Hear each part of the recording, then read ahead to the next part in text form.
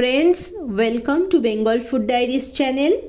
চলে এসেছি সরস্বতী পুজো special recipe নিয়ে। আজ রইল বাঙালির বিশেষ পছন্দের ঝরঝরে বাসন্তী পোলাও। ভিডিওটা কিন্তু শেষ পর্যন্ত দেখবেন। অনেকেই আছেন মিষ্টি মিষ্টি পোলাওটা পছন্দ করেন না, সেই কারণে আজ আমি হালকা ঝাল দিয়ে পোলাওটা বানাবো। কাচের বাটির 2 বাটি গোবিন্দভোগ চাল, ওজনে কিন্তু 500 গ্রাম। একটা বড় বলে চালটা আমি ঢেলে নিলাম। এবার জল দিয়ে হালকা হাতে 2বার ধুয়ে নিয়ে তারপর একটা স্ট্রেনারের সাহায্যে জল ভালো করে ছেঁকে নিতে হবে। একটা থালায় জল ঝরানো চাল ঢেলে স্প্রেড করে দিয়ে জলটা একটু শুকিয়ে নিলে ভালো হবে। বাটিতে নিয়ে নেব 1 টেবিল স্পুন হলুদ গুঁড়ো। পরিমাণ মতো ঘি প্রথমে গরম করে নিয়ে তারপর 60% ঠান্ডা করে নিয়ে ঢেলে দিতে হবে ওই হলুদের উপর। এবার মিক্স করে নিতে হবে।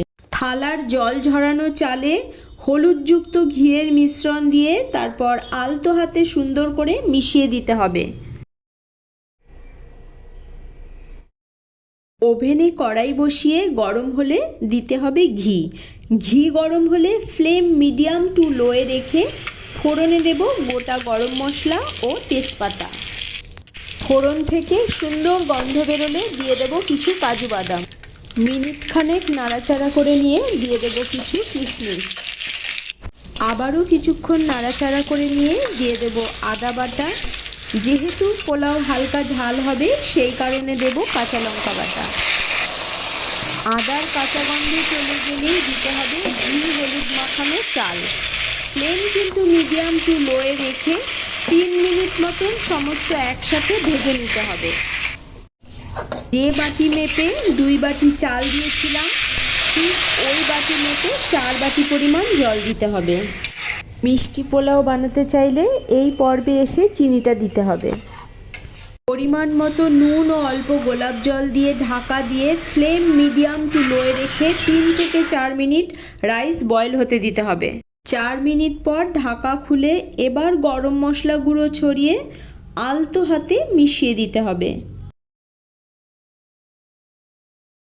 মেশানোর কাজ হয়ে গেলে গ্যাসের ফ্লেম একেবারে লোয়ে রেখে বাকি 5 থেকে 6 মিনিট ঢাকা দিয়ে হালকা যে জল ভাব আছে সেটাকে টানিয়ে নিতে হবে।